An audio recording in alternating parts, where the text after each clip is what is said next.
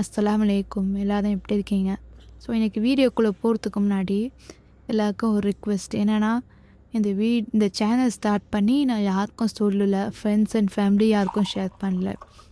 So பார்க்குற நீங்கள் இந்த வீடியோ எப்படி இருக்குது, என்ன எப்படி கரெக்ட் பண்ணலாம், ஏதாவது இம்ப்ரூவ் பண்ணணுமான்ட்டு நீங்கள் எனக்கு கமெண்ட் பண்ணிங்கன்னா ரொம்ப ஹெல்ப்ஃபுல்லாக இருக்கும். ஸோ நேற்று நைட்டு தோசை மாவு பண்ணுறதுக்காக எல்லாமே ஊற வச்சுருந்தேன். காலையிலேயே அந்த வேலையை ஸ்டார்ட் பண்ணிட்டேன். தோசை மாவு போட்டாலே அன்னைக்கு ஃபுல்லாக நிறைய வேலை இருக்கும், நிறைய ஜாமான் சேரும். ப்ளஸ் கிரைண்டர் இல்லை, மிக்சியில் தான் போடுவேன். ஒரு 20 மினிட்ஸ் கேப் விட்டு விட்டு போடுவேன், மிக்சி ரொம்ப ஹீட் ஆகிடக்கூடாதுன்ட்டு. வேலை நிறைய பின்னும். ஆனால் அது போட்டு வச்சிட்டா 1 வீக்குக்கான ஒரு டின்னர் ரெடி. டெய்லி ஈவினிங் நான் யோசிச்சுட்டு இருக்க தேவையில்லை என்ன செய்யணும் அப்படின்னு சொல்லிட்டு. ஈவினிங் ஆகிட்டா லஞ்ச் முடிஞ்சுன்னா அது ஒரு ரிலாக்ஸ் ஆகிடும். பிள்ளைங்களுக்குமே ஃபஸ்ட்டா ஸ்நாக்ஸில் அந்த மாதிரி இல்லைனா கூட தோசை மாவு வச்சு ஏதாவது சீஸ் போட்டு முட்டை போட்டு கொடுத்துருவேன், ஈஸியாக போயிடும். இதே நான் செய்யலைன்னா எல்லாருக்குமே கஷ்டம். எனக்கும் கஷ்டம், என் பிள்ளைகளுக்கும் கஷ்டம், என் ஹஸ்பண்டுக்கும் கஷ்டம். ஆனால் அதை யாரும் நோட்டீஸ் பண்ண மாட்டோங்க.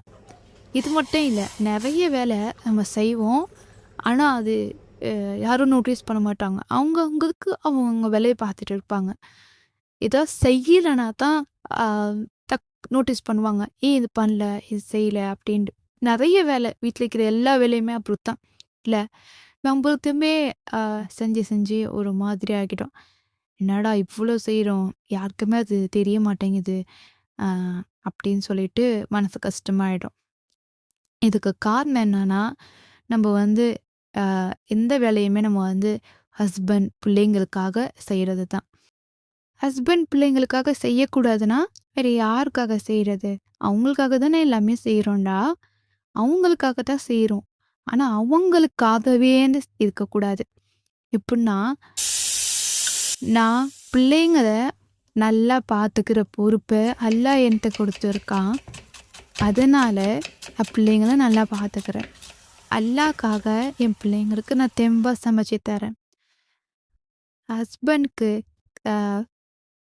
ஹஸ்பண்ட்க்கு ஹித்மத் செஞ்சால், வேலை செஞ்சால் அல்லாஹ்க்கு பிடிக்கும். அதுக்காக நான் செய்கிறேன்.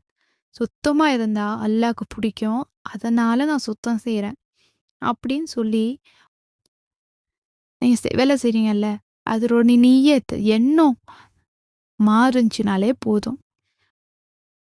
அதுக்கப்புறம் உங்களை யாராவது நீங்கள் செய்கிற வேலைக்கெலாம் அப்ரிஷியேட் பண்ணாலும் பெருசாக தெரியாது, அப்ரிஷியேட் பண்ணினாலுமே பெருசாக தெரியாது. ஏன்னா நீங்கள் அவங்களுக்காக பண்ணல, அல்லாஹ்க்காக பண்ணுறீங்க. மனுஷர்வு கணக்கு தான் நம்ம செய்கிற வேலை, நம்ம செய்கிற இதுவுமே கணக்கு தெரியாது, செய்யலைன்னா தெரியும். ஆனால் அல்லாஹ்க்கு அப்படி கிடையாது. அல்லாஹ் நம்ம செய்கிற சின்ன சின்ன செயலுக்கும் நன்மையை தருவான். நீங்கள் செய்கிற வேலை உங்களுக்கு திருப்தியாக இருக்கும், பரக்கத்தை கொடுக்கும். உங்களுக்கு டயர்டாக இருந்தாலுமே அதில் உங்களுக்கு ஒரு ஹாப்பியாக இருக்கும். ஏன்னா நீங்கள் அல்லாஹ்வோட இது மூலயமா நெருக்கமாகறீங்க, உங்களுக்கு நன்மை சேர்க்குறீங்க.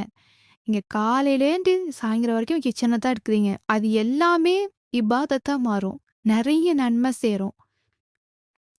ஸோ இன்ஷா அல்லாஹ் என்ன பண்ணாலும் அல்லாஹ்க்காக பண்ணுங்கள்.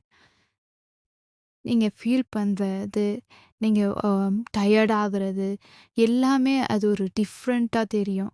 ஸோ வீடியோ பார்த்துருப்பீங்க, இப்படி தான் என் டே போச்சு. லஞ்சுக்கு ரசம், வாழைத்தண்டு பொரியல், மீன் பொரிச்சேன். கூட ஹஸ்பண்ட் ஹெல்ப் பண்ணாங்க. வாழைத்தண்டு ஃபஸ்ட் டைம் செய்கிறேன், சாப்பிட்டுருக்கேன், ஆனால் நான் செய்கிறது ஃபஸ்ட் டைம். ஸோ அதுக்கு கொஞ்சம் ரெசிபி நெட்டில் பார்த்து பண்ணதில் கொஞ்சம் லேட்டாக வந்துச்சு, ஆனால் நல்லா வந்துருந்துச்சு. வாழைத்தண்டு ரெசிபி எப்படி செய்கிறேன்னு பார்க்கும்போது தான் வாழைத்தண்டு அவ்வளோ நல்லதான், கல்லெல்லாம் அப்படியே கரைச்சிடுமா. ஆனால் ஒரு நோய் இருந்துச்சுன்னா அந்த நோய்க்கான ஒரு தீர்வையும் அல்லாஹ் கொடுத்துருக்கான். நாம் தான் நல்ல நல்ல சாப்பாடு, வெஜிடபிள்ஸ், ஃப்ரூட்ஸ்லாம் சாப்பிட்றது இல்லை, சாப்பிட்ணும். இனிமேட்டு நான் வாழைத்தண்டு வீக்லி ஒன்ஸாவது செஞ்சிடணும்னு சொல்லிட்டு பிளான் பண்ணியிருக்கேன். அதுக்கப்புறம் தூங்கி முழிச்சு பால் தரத்துக்கு பதிலாக ஆரஞ்சு ஜூஸ் போட்டு தரலான்னு சொல்லிட்டு ஆரஞ்சு ஜூஸ் போட்டு தந்தேன். குடிச்சு ஹல்வோ. அதுக்கப்புறமும் பால் தான் வேணும்னு சொல்லிட்டு பால் கேட்டாங்க. ஸோ பால் கொடுத்தேன்ட்டு அப்புறம் நான் பழம் சாப்பிட்டேன். நானும் ஹஸ்பண்டும் பழம் சாப்பிட்டுட்டு அதுக்கப்புறம் தோசை மாவு நல்லா உப்பி இருந்துச்சு.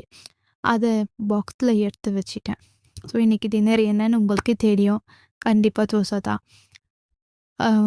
இந்த வீடியோ உங்களுக்கு பிடிச்சிருந்துச்சின்னா லைக் பண்ணுங்கள், சப்ஸ்கிரைப் பண்ணுங்கள், ஷேர் பண்ணுங்கள், மறக்காமல் கமெண்ட் பண்ணுங்கள்.